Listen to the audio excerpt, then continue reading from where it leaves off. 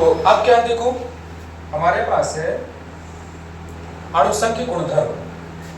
क्या है? अणुसंख्य गुणधर्म।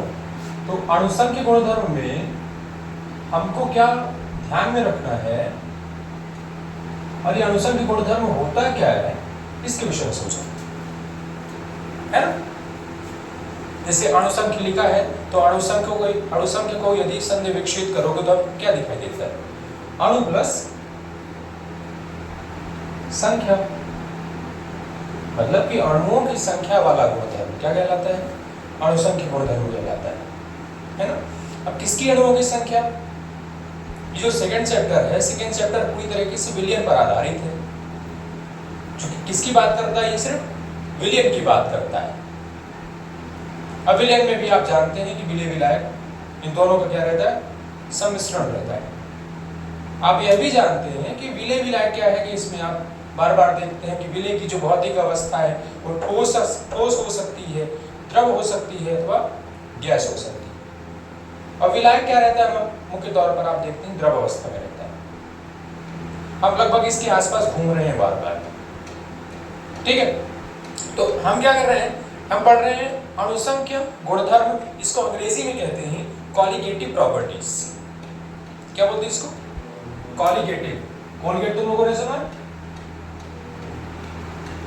Colligative properties. इसका नाम किससे मिलता जुलता है? कोलगेट्स, है ना। इसकी परिभाषा क्या होती है?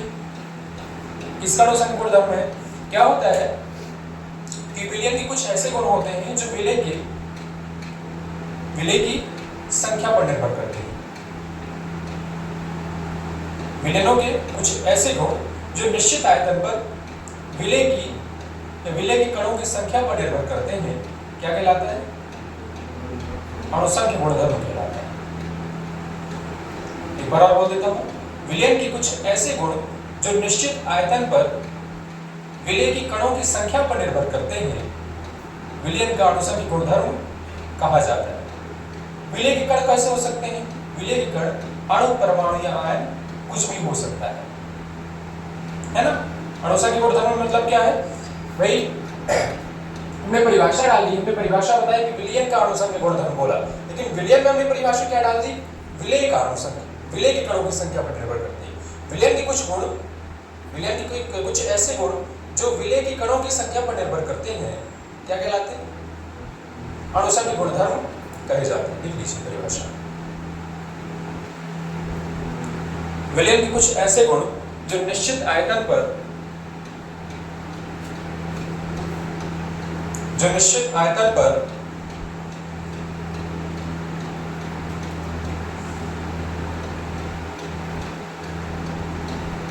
विलेय की कणों की संख्या पर निर्भर करते हैं, विलेय की कणों की संख्या पर निर्भर करते हैं,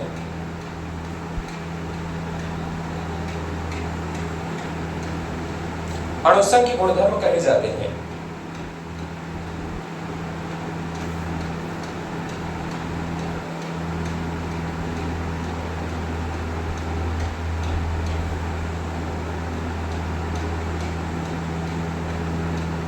ठीक है। इसमें एक और शर्त जोड़ देते हैं।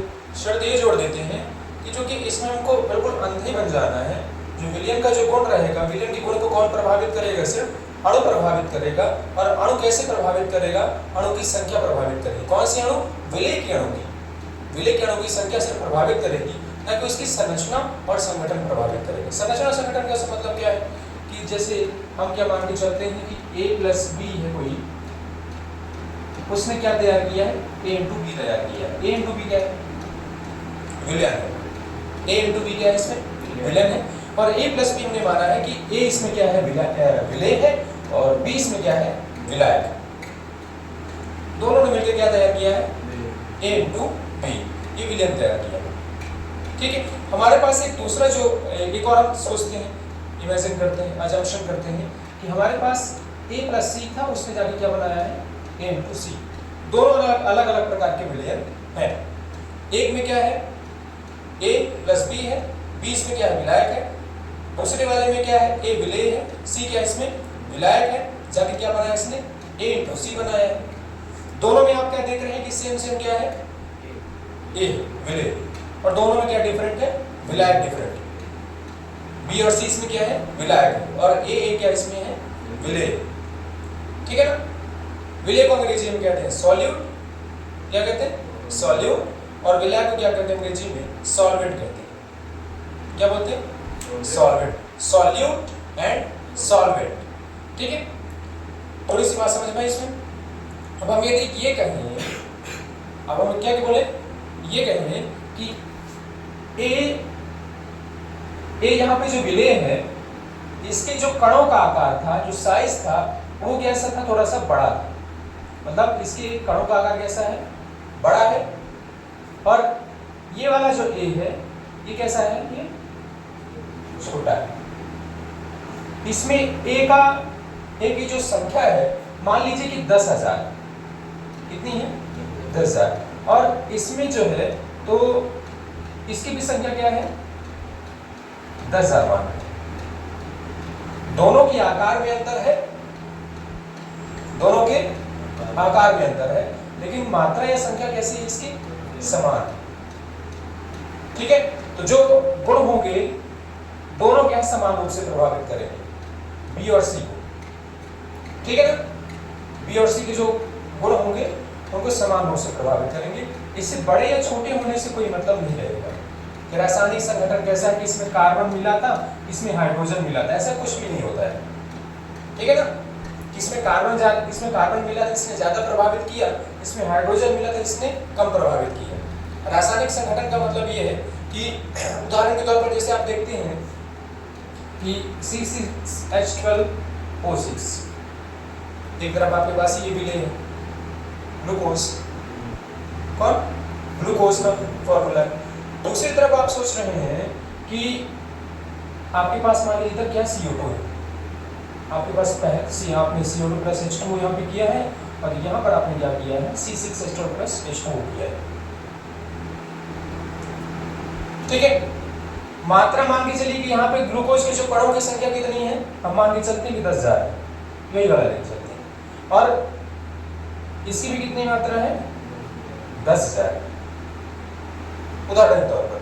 लेकिन इन दोनों का आप जानते हैं कि इनका रासायनिक संगठन इन दोनों का क्या होगा, अलग अलग प्रकार का है कि नहीं भाई। कार्बन डाइऑक्साइड में क्या देख रहे हो, कार्बन की संख्या कितनी है, 1 है, ऑक्सीजन की संख्या कितनी है, 2 है, मतलब परमाणु की संख्या कितनी है यहाँ पे, अलग अलग प्रकार की। यहाँ पर क्या देख रहे हैं कि कार्बन में परमाणु की संख्या कितनी है, 6 है, हाइड्रोजन में परमाणु की संख्या कितनी है, 12 है, ऑक्सीजन कितनी है, 6 है। इन दोनों की तुलना नहीं हो सकती ना रासायनिक संगठन में कि कार्बन की संख्या कितनी है, ऑक्सीजन की संख्या कितनी है, लेकिन नंबर ऑफ इनका जो पार्टिकल है कितने सेम है। क्या सेम है इसका, सिर्फ 10,000 सेम है, कणों की संख्या क्या है, समान है। तो इन दोनों की जो अनुषंगिक गुणधर्म कितने, 4 अनुषंगिक गुणधर्म। कौन कौन सा है, एक पहला कौन सा, वाष्प दाब का आपेक्षिक अवनमन, वाष्प दाब का आपेक्षिक अवनमन। दूसरा कौन सा, क्वथनांक उन्नयन। तीसरा कौन सा, हिमांक में अवनमन, हिमांक में अवनमन। चौथा कौन सा है, परासरण दाब। इन दोनों के लगभग समान होंगे। ठीक है ना, बाकी जो गुण है वो हमको मालूम नहीं, लेकिन जो 4 गुण है, ये चारों गुणों को क्या कहते हैं, अनुषंगिक गुणधर्म कहते हैं। क्या बोलते हैं इनको, अनुषंगिक गुणधर्म कहते हैं। तो ये जो इनके C6H12O6, इसी प्रकार से CO2 के जो अनुषंगिक गुणधर्म होंगे, वाष्प दाब का आपेक्षिक अवनमन, इसी प्रकार से क्वथनांक उन्नयन, तत्पश्चात हिमांक में अवनमन, इसके बाद परासरण दाब, इन दोनों के इक्वल होंगे। किस वजह से, विलय की संख्या पर। ठीक है ना, विलय की संख्या के कारण। बाकी आप समझ रहे होंगे कि इसमें क्या है, कार्बन की संख्या सिर्फ 1 है, कार्बन की परमाणु की संख्या 1 है, ऑक्सीजन की यहाँ पे परमाणु की संख्या 2 है, और इनके अलग अलग आप देख रहे हैं, इन दोनों में अंतर देख रहे हैं। लेकिन एक शर्त ये कैसी है कि जो विलायक है तो विलायक लगभग कैसा होना चाहिए? वाष्पशील प्रवृत्ति का होना चाहिए। विलायक कैसा होना चाहिए? लगभग वाष्पशील प्रवृत्ति का होना चाहिए। ठीक है ना? बस समझ में कि नहीं?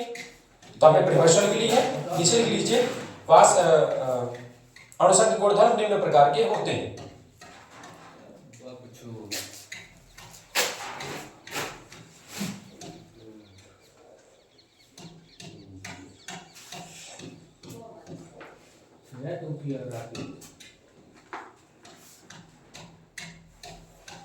जो पहला आपने लिखा है वाष्प दाब का अपेक्षित अवनमन, उसको कहते हैं अंग्रेजी में relative lowering of vapour pressure. Relative lowering of vapour pressure. क्वथनांक उन्नयन को क्या बोलते हैं? क्वथनांक उन्नयन को कहते हैं elevation of boiling point. Elevation of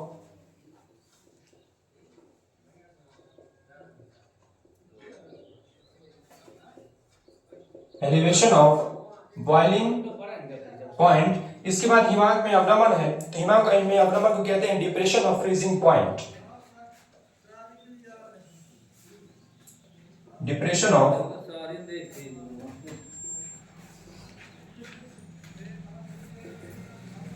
freezing point. और परासरण दाब को क्या कहते हैं? Osmotic pressure.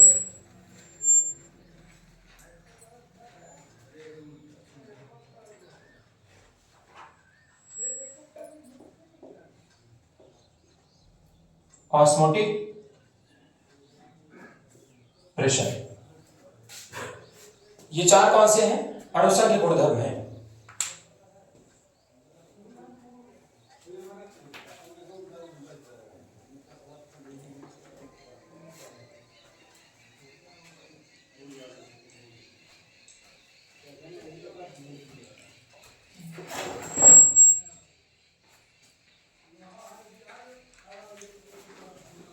लिख लिया आपने?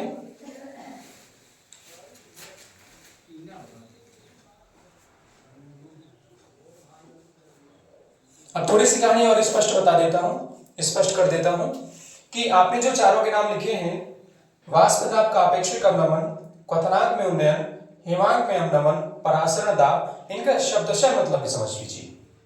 वाष्प दाब का अपेक्षित अवनमन, अवनमन मतलब होता है कमी, आपेक्षिक मतलब अपेक्षा के अनुरूप, है ना, अपेक्षा के अनुसार।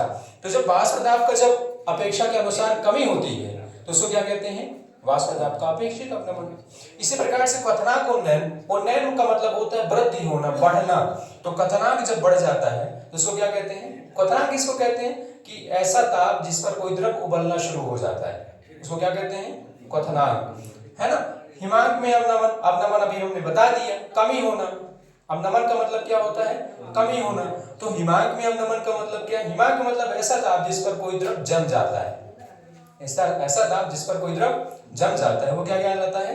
हिमांक। हिमांक में अवनमन। इसके पश्चात परासरण दाब, तो मतलब इतना दाब आरोपित किया जाए कि क्या है कि विलायक की तरफ जाने लगे, है ना, लगभग, या फिर इतना प्रेशर आप जनरेट कर कि विलायक के जो कण है विलय की तरफ जाना शुरू हो जाए, वो वहां पे क्या होता है? ऑस्मोटिक प्रेशर होता है। तो ये चार प्रकार के गुण हैं, और इन चारों प्रकार के गुणों की व्याख्या, उन गुणों के संदर्भ में हम किसके बारे में चर्चा करने वाले हैं? विलयन के संदर्भ में चर्चा करने वाले हैं, है ना। हम लोग क्या क्या देखेंगे?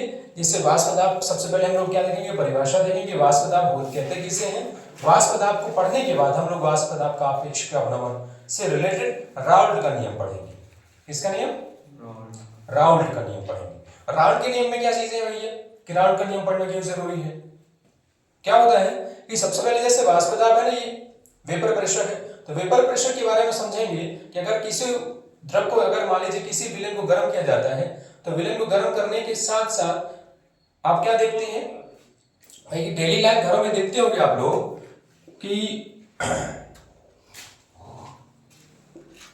खाना बनाने की प्रक्रिया देखी सबने कि नहीं देखी? सबने देखी है। कभी खाना भी बनाया कि नहीं? किसने किसने बनाया? क्या बना है? चावदार चाय बना है। अब क्या बना है? सब्जी काहे के? शायद सबके बना थी। अच्छा। सब्जी ढक के पका है कि ऐसे ढक के? हाँ, ढक के पकाए थे, काले क्या हम वास पर थी। ढक के पकाए के बाद वो खटर खटर खटर खटर हो थी, दिखे है? हाँ, वह प्रक्रिया समझा मैं का है। देखो क्या हो, तुम लोगों ने स्टीम इंजन सुना होगा, रेल वाला इंजन सुना होगा, क्या बोलते हैं, भाप इंजन सुना होगा। सुना भाप इंजन कि पहले के समय में जो ट्रेनें चला करती थी, तो उनमें क्या है, ट्रेनें कैसे चला करती थी? भाप से चला करती थी। कोयला वाला इंजन कह रहे हैं, कोयला वाला इंजन भी बोलते हैं।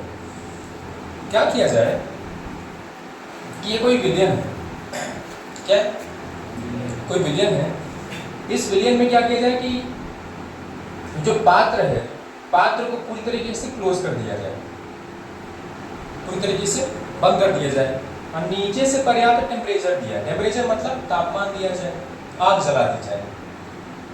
आग जलाने के बाद क्या होगा कि जैसे पहले तो क्या है कि ये वाला जो सरफेस है, ये वाला जो एरिया है, वो एरिया क्या होगा, गर्म होगा। इसके बाद फिर यहाँ का गर्म होगा, इसके बाद फिर यहाँ का गर्म होगा, और एक ऐसी स्थिति आएगी जिस स्थिति में ये उबलना शुरू हो जाएगा, है ना। उबलने के बाद इसमें से क्या होगा, भाप निकलेगी। क्या होगा? भाप निकलेगी। भाप निकलने के बाद कहाँ टकराएगी? यहाँ टकराएगी। और टेम्परेचर मान लीजिए कि निश्चित, यहाँ से जो टेम्परेचर हम लोग दे रहे हैं लगभग पर्याप्त दे रहे हैं। जब टेम्परेचर देते देते ऐसी स्थिति आती है कि जिस स्थिति में ये जो भाप के जो कण है, भाप के कण ऊपर टकराते हैं, और टकराने के बाद एक ऐसे इसी स्थिति में इसी प्रकार से यहाँ से पूरा का पूरा स्थान क्या कर लेते हैं, कैप्चर कर लेते हैं, है ना। भाई भाप के कण कैसे होते हैं? और से हल्के होते हैं। कैसे होते हो? हल्के होते हैं। तो ऊपर की तरफ जाते हैं। जब ऊपर की तरफ जाते हैं तो वहाँ पर जब ऊपर जाने के लिए स्थान नहीं मिलता, तो इकट्ठे होते जाते हैं। इकट्ठे होते जाते हैं तो पुराना वाला पहले ऊपर इकट्ठा रहता है, नया वाला नीचे आता रहता है, नीचे आता रहता है, नीचे आता रहता है। टेम्परेचर जब उसको मिलता रहता है तो एक ऐसी स्थिति आती है कि भाप के जो कण है वो किसके पास पहुँच जाते हैं? ये जो विलियन के पास पहुँच जाते हैं। कहाँ तक पहुँच जाते हैं? विलियन की सतह तक पहुँच जाते हैं। और जब विलियन की सतह तक पहुँच जाते हैं तो क्या होता है, जो भाप के कण है किसके ऊपर दाब आरोपित करते हैं? विलियन के ऊपर। वैसे तो किसके ऊपर? विलियन के ऊपर दाब आरोपित करेंगे। जो विलियन के ऊपर दाब आरोपित करेंगे उसको क्या कहेंगे? वाष्प दाब कहेंगे। भाई के ऊपर के माध्यम से दाब आरोपित किया जा रहा है, वाष्प के माध्यम से ना। और उनके पीछे भाप कहेंगे बार-बार। क्या बोल रहे हम लोग? भाप बोल इसको बार-बार, और उसी को क्या कहते हैं? वाष्प कहते हैं। इसी प्रकार से वाष्प का दाब जो है, तो वाष्प अपना दाब आरोपित करता है, ठीक है ना। मतलब ये प्रैक्टिकल थोड़ा सा समझ में, प्रैक्टिकली कैसे ही पॉसिबल है। तो चलिए लिख लीजिए। सबसे पहले परिभाषा लिख लीजिए वाष्प दाब की, तत्पश्चात इसको पढ़ते हैं। वाष्प दाब का अपेक्षिक अवनमन।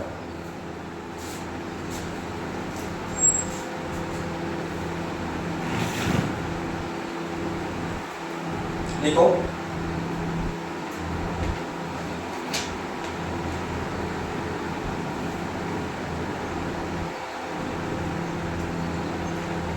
निश्चित दाब पर किसी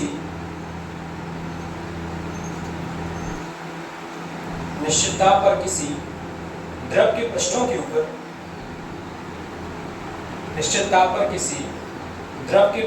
ऊपर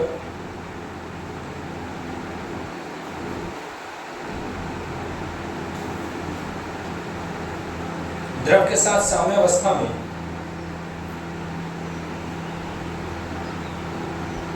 उपस्थित वाष्प द्वारा लगाया गया दाब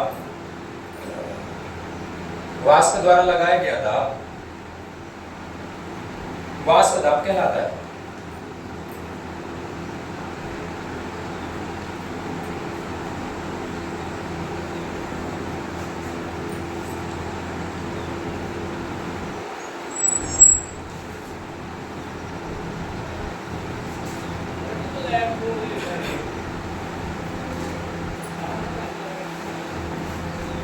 ठीक है। अब जो परिभाषा आपने लिखी है उस परिभाषा को समझ लीजिए कि आपने परिभाषा में क्या लिखा है। क्या बोल रहा है कि टेम्परेचर कैसा होना चाहिए, निश्चित होना चाहिए। उदाहरण के तौर पर जैसे हम लोग 110 डिग्री सेल्सियस का टेम्परेचर नीचे की तरफ से यहाँ से बर्नर के माध्यम से रखें। बर्नर समझते हो, इसे गैस में बर्नर होते हैं। बर्नर के माध्यम से टेम्परेचर कितना रख रहे हैं, 110 डिग्री सेल्सियस से। ताप कितना होना चाहिए, निश्चित। फ्रॉम द बिगनिंग, मतलब जैसे हम बचे धरी, मतलब डंका यार, डंका धरे के समय कितना टेम्परेचर रहा, 110 रहा, यहाँ से जम निकल गए, ठीक है ना। हम क्या करें कि ये मट्टी को विलेन भर दिए, क्या करेंगे हम, विलेन भर दिए। विलेन अर्थात विलेय और विलायक का मिश्रण भर देंगे। एक है यहाँ से क्लोज कर दिए। शुरुआत में क्या हुई, या जब द्रव है तो क्या करेंगे, उबली, क्या हुई द्रव, ये उबली। उबलने के बाद मुझे जानता है कि यहाँ से वाष्प के कण कहाँ जाइए, बिल्कुल ऊपर जाइए, जाके लागे लगे। धीरे धीरे क्या हुई कि ये जो वाष्प के जो कण है वो इस प्रकार से यहाँ तमाम स्थान बना ली हैं।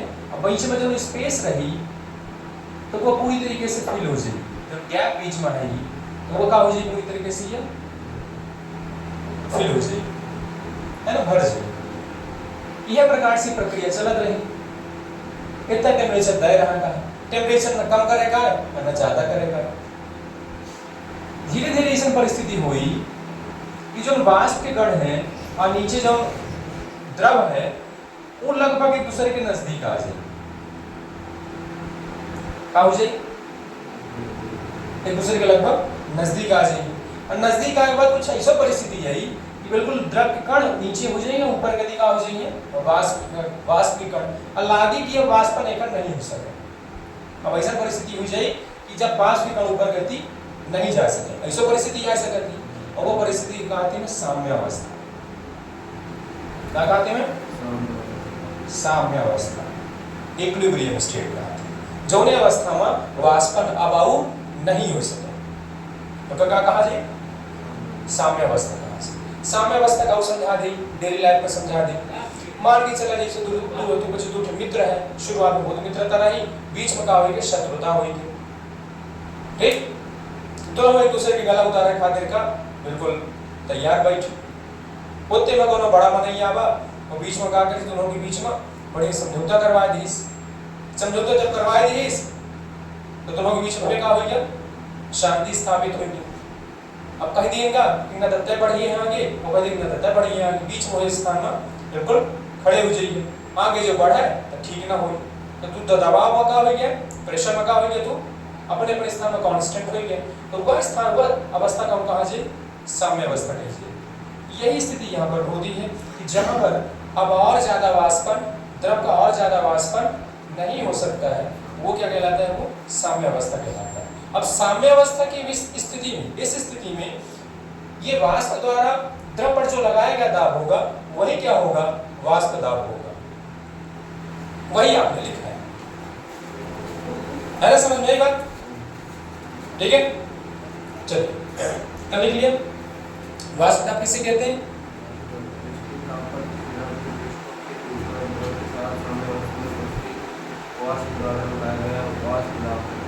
है ना, वाष्प द्वारा लगाया गया दाब वाष्प दाब कहलाता है। पृष्ठ कौन सा है, ऊपर है पृष्ठ, ये यहाँ पर दाब लगेगा ना, ये द्रव का पृष्ठ हो गया, ये द्रव का वाष्प हो गया, उसी में शब्द में घुमाया हुआ है, ठीक है ना। चलो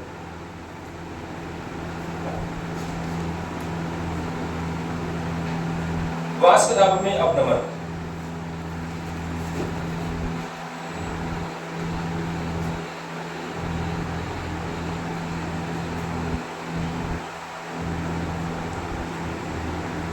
इसमें क्या है, किसी अवाष्पशील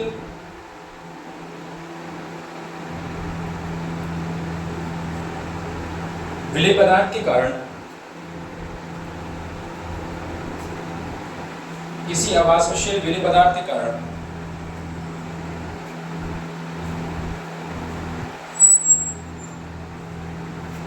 विलयन के वाष्प दाब में जो कमी, विलयन के वाष्प दाब में जो कमी अथवा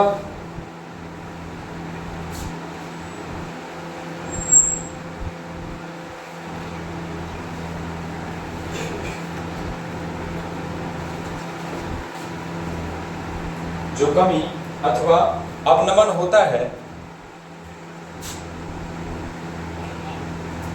जो कमी अथवा अवनमन होता है उसे वाष्प दाब का अवनमन कहा जाता है। उसे वाष्प दाब का अवनमन कहा जाता है।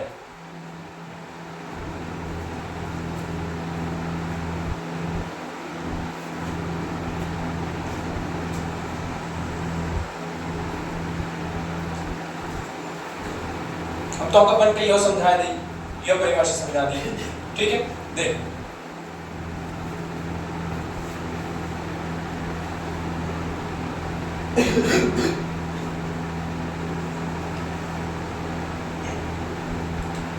मान के चला कि तू पानी लिया, पहले बढ़िया शुद्ध पानी लिया है, कितना लिया? 1 लीटर पानी लिया।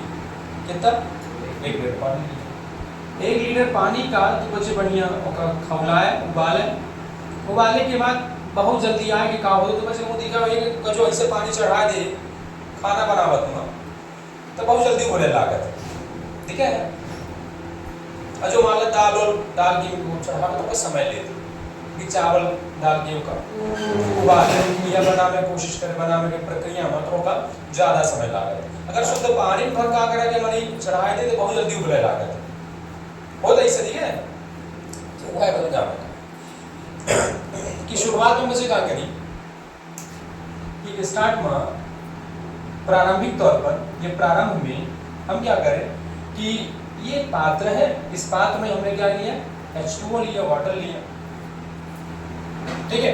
हमने इसको खौलाया, उबाला, उबालने के बाद क्या हुआ कि यहाँ से वाष्प के कण निकले और वाष्प के कण निकलने के बाद यहाँ से जो है वही प्रक्रिया हुई, इतने वाष्प के कण इकट्ठा हो गए कि अब और ज्यादा वाष्पन नहीं हो सकता था। और इस प्रक्रिया को होने में लगभग हमको एक्सपेक्टेड जो टाइम है, उदाहरण के तौर पर लगभग 10 मिनट का समय लगा। कितना मिनट का? 10 मिनट का लगभग इसमें समय लगा, जिस स्थिति में साम्यावस्था स्थापित हो गया। मतलब ये जो पूरी प्रक्रिया, जो पूरा प्रकरण था, ये जो पूरा सिस्टम था, उसको इक्विलिब्रियम स्टेट में आने के लिए कितना समय लगा? 10 मिनट का समय लगा। कब? जब इसमें हमने कुछ नहीं मिलाया था तब। अर्थात पानी क्या है? H2O क्या है? विलायक है। पानी क्या है? विलायक है। और विलायक कैसा था? शुद्ध था। कैसा था? शुद्ध था, इसमें कुछ नहीं मिलाया गया था। ये पहली स्थिति होगी। कौन सी स्थिति? ये पहली स्थिति। इसमें कितना समय लगता है? 10 मिनट का समय लगता है। हम दूसरी परिस्थिति के विषय में थोड़ा सा अजम्पशन करते हैं, हम कल्पना करते हैं कि उस परिस्थिति में जैसे हम इसको क्लोज कर दिया, क्लोज करने के बाद इसमें क्या है कि क्लोज करने से पहले ये जल है, ऐसे हमने क्या किया कि मान के चलिए शक्कर मिला दिया है ना, हमने क्या किया? शुगर इसमें मिला दिया। तो शक्कर क्या है? इसमें विलेय है। शक्कर कैसी है? या फिर मान के चलिए नमक हमने मिला दिया, NaCl मिला दिया। क्या किया? NaCl मिला दिया पानी के साथ। ये बाकी H2O है, NaCl प्लस क्या है? ये H2O। हमने वही समान प्रक्रिया फिर शुरू की। शुरुआत से क्या किया हमने? इसमें क्या डाला? नीचे से हमने खौलाया, खौलाने के बाद लगभग क्या है, यहाँ पे कितना समय लगा था? 10 मिनट का समय लगा था।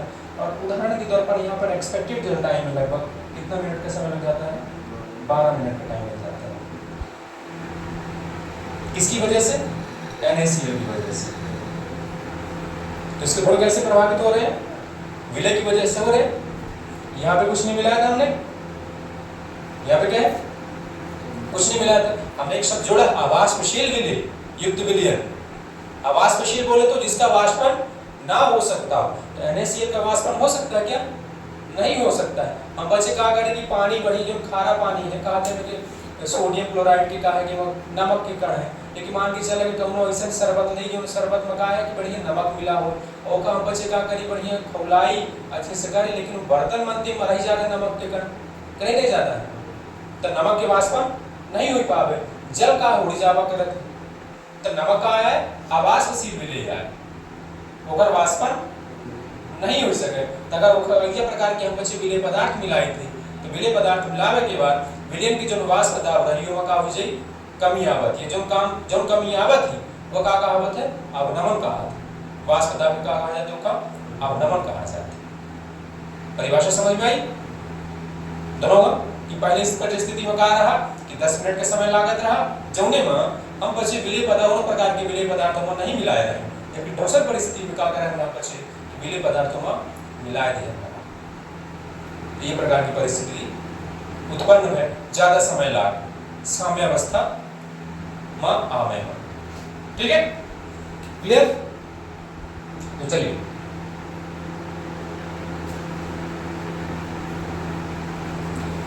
ये बातें समझ में आई आपको?